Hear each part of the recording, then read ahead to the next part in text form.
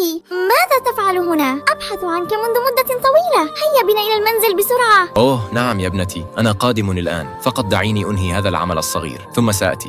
يا أبي، دع الأمر يمر، هذا ليس طريقنا. يا ابنتي، أنا أصلح هذا الطريق، لأنني صباح أمس كدت أن أسقط من الدراجة بصعوبة، وأنا لا أريد أن يتعرض أي شخص آخر لحادث بسبب هذه الحفرة. لكن يا أبي، أنت تعمل بجد، ما الفائدة؟ هؤلاء الناس لا يعجبون بمقاطع الفيديو الخاصة بنا ولا يشتركون فيها. يا طفلتي الحبيبة لا تقلقي، الناس الذين يشاهدون هذا الفيديو طيبون جدا، سترين أنهم بالتأكيد سيضغطون لايك ويشتركون لدعمي، لأنني أقوم بعمل خير.